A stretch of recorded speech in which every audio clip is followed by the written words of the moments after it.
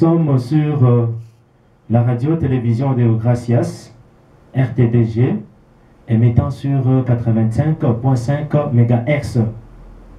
Et nous sommes là pour notre émission, Les Champions.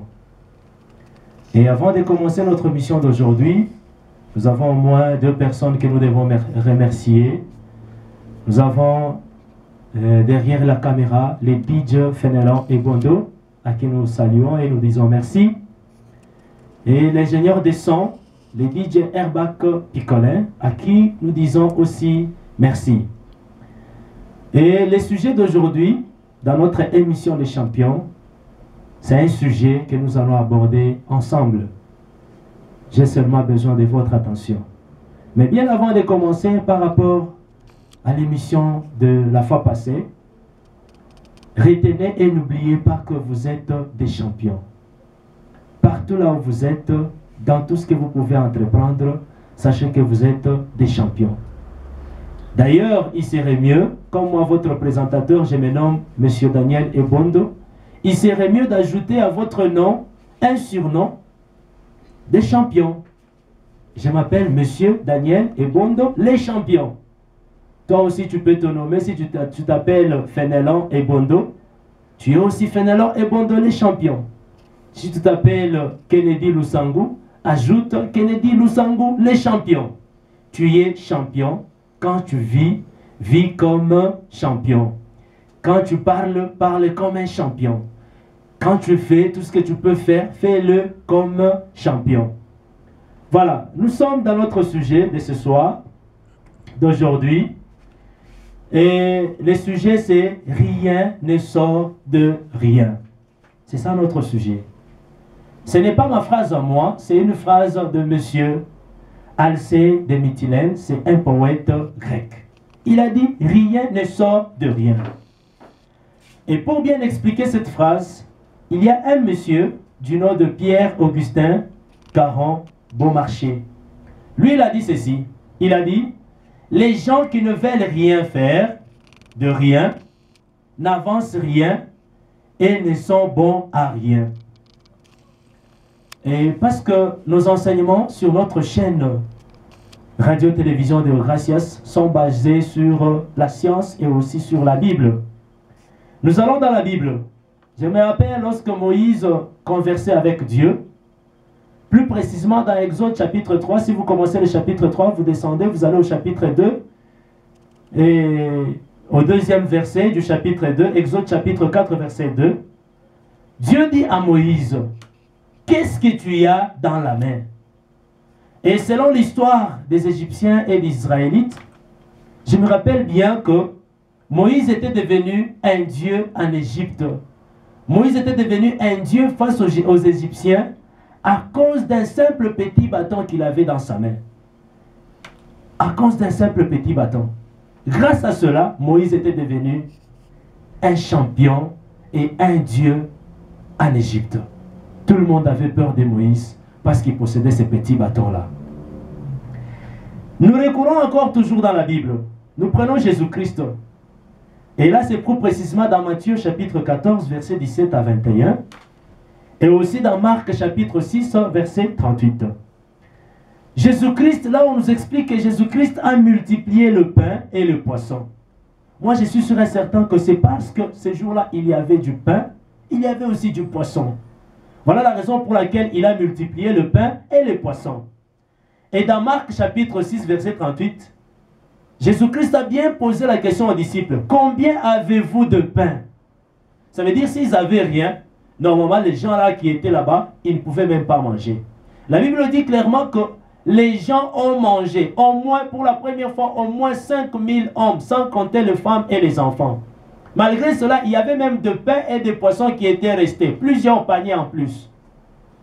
Et deuxième fois, quand il a multiplié, au moins 4000 hommes ont mangé sans compter les femmes ni les enfants. Pourquoi tout cela? Parce qu'il y avait le pain, il y avait aussi du poisson. Voilà la raison pour laquelle notre sujet c'est « Rien ne sort de rien ».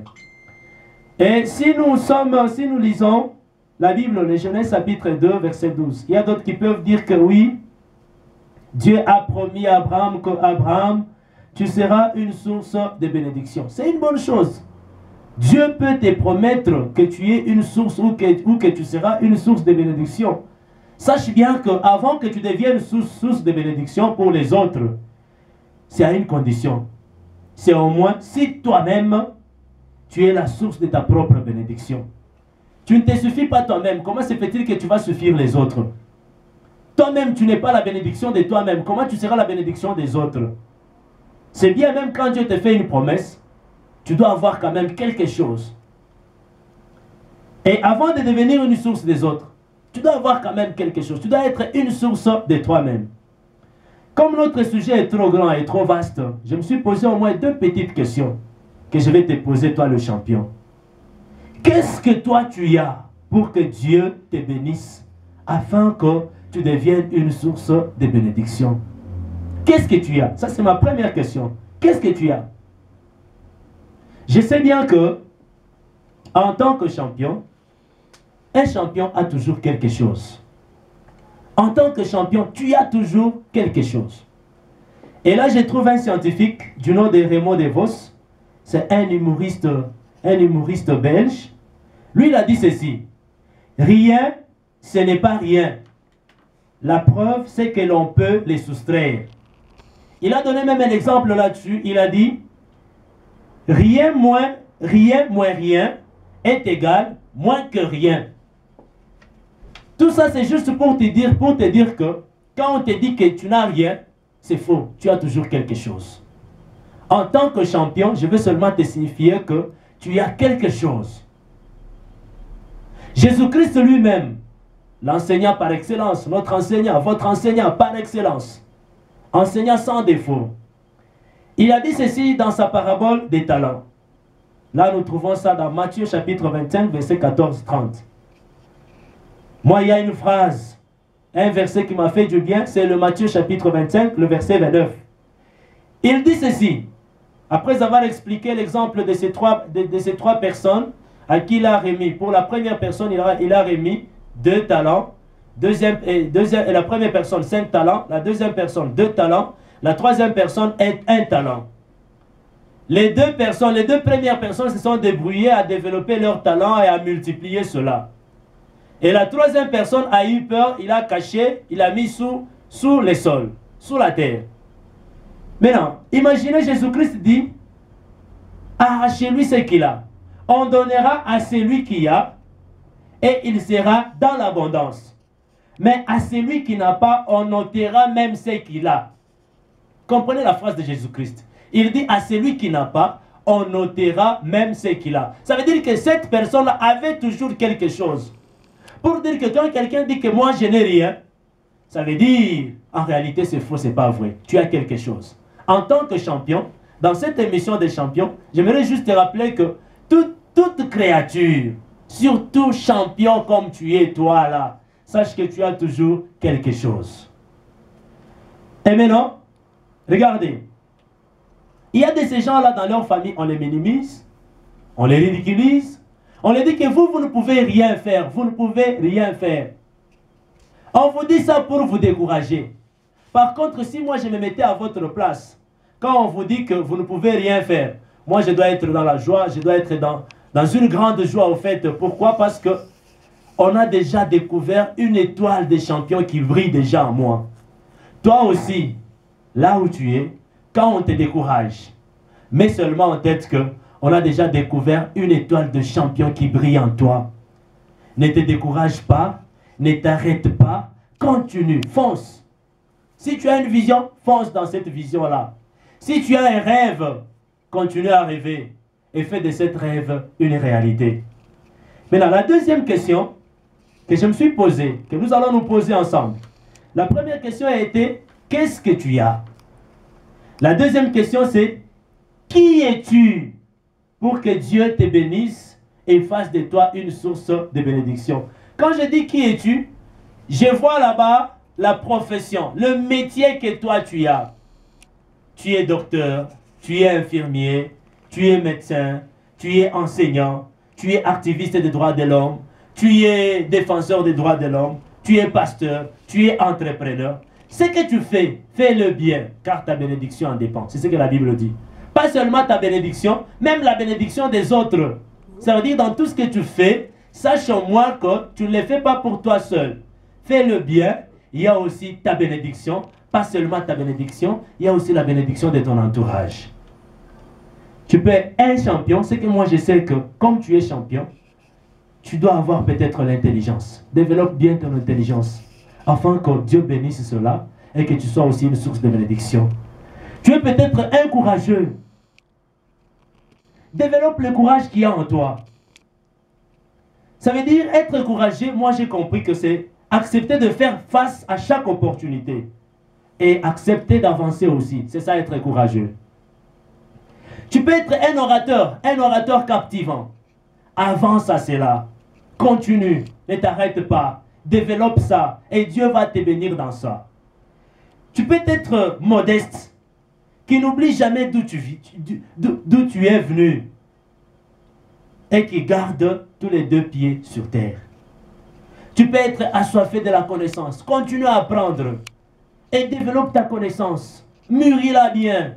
Parce que tu es un champion. Tu peux être un travailleur qui travaille durement.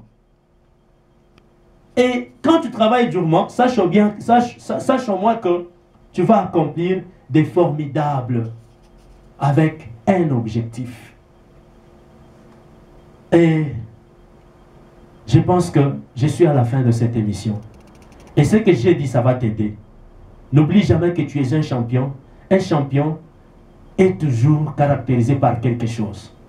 Tu as aussi quelque chose. Tu peux faire aussi quelque chose. Ne te néglige pas. Ne te minimise pas. Ne te ridiculise pas.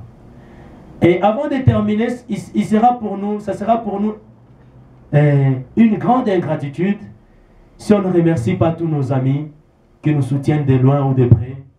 Si on ne remercie pas les gens qui nous suivent, les champions qui nous suivent de loin ou de près. Là, premièrement, je dis merci à Madame Serena. Madame Serena a une entreprise intitulée Rethink Your Life Style. Sur Instagram, si vous écrivez sur Instagram Rethink Your Life Style, vous verrez Madame Serena. Nous disons merci à John Galassi. John Galassi, c'est notre ami qui s'est déjà abonné à notre chaîne sur YouTube. Merci John Galassi. Nous sommes de cœur avec toi. Tu es mon ancien ami et nous partageons ensemble. Je dis merci à tous les champions qui nous encouragent. Les champions, par exemple, Papa Julie Bitouankanka.